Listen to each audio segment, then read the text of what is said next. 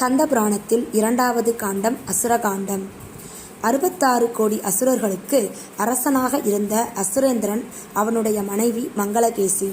அவர்களுக்கு சுரசை என்ற மகள் பிறந்தாள். அசுரகுரு சுக்ராச்சாரியார் அந்த பெண்ணுக்கு மாய வித்தைகள் கற்றுத்தந்து மாயா என்று பெயரிட்டார். பெண்ணே, தேவர்கள் நமது குலத்தை அழித்திருக்கிறார்கள். இதை தடுக்க வேண்டுமானால் நீ காசியப முனிவரை மணந்து அவர் மூலமாக அசுரர்களை பெற்றெடுக்க வேண்டும் என்றார்.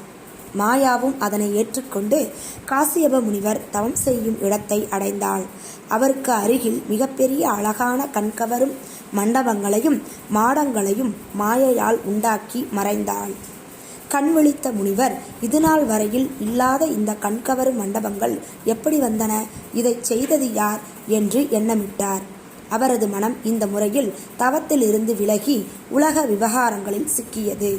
அவர் மனதை அடக்கி தவத்தில் ஈடுபட்டார். சிறிது நாட்களுக்கு பிறகு மாயை மிக அழகான இளம் பெண்ணாக உருவம் கொண்டு முனிவரின் அருகே நடந்தாள். அவரை பார்க்காமல் அங்கும் இங்கும் உலவினாள். முனிவர் அவளை பார்த்தார், காதல் கொண்டார். இத்தனை காலம் தவம் செய்து காலத்தை வீணாக்கி விட்டோமோ என்று நினைத்தார்.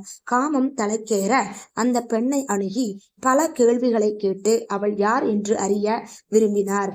ஆனால் மாயையோ போக்கு காட்டினாள். தவம் செய்யும் முனிவருக்கு இளம் பெண் மீது மோகம் ஆகாது என்று சொல்லி ஒதுங்கினாள்.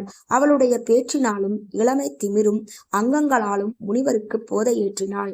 அப்போது மாயை, நான் வடக்கு பக்கத்தில் இருப்பவள், ஆகவே கங்கையில் நீராடச் செல்கிறேன் என்று சொல்லிவிட்டு அந்த இடத்தில் இருந்து அகன்றாள்.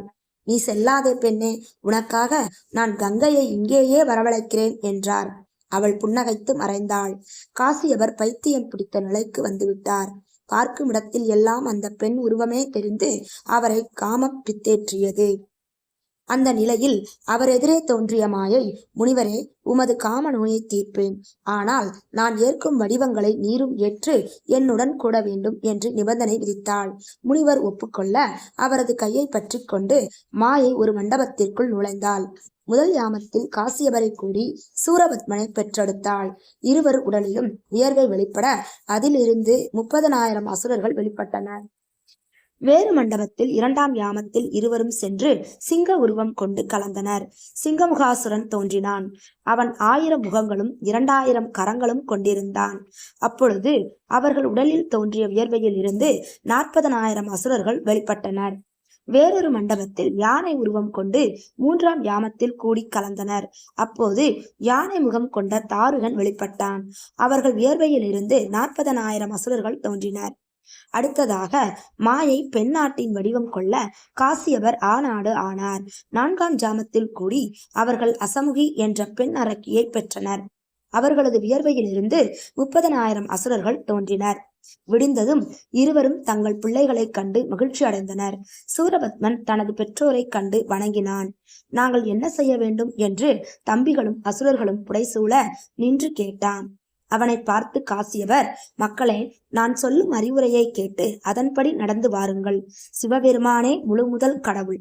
அவரே 5 தொழிலையும் செய்கிறார். உயிர்கள் 7 வகையாக தோன்றுகின்றன. அவைகள் அழிந்தும் போகின்றன.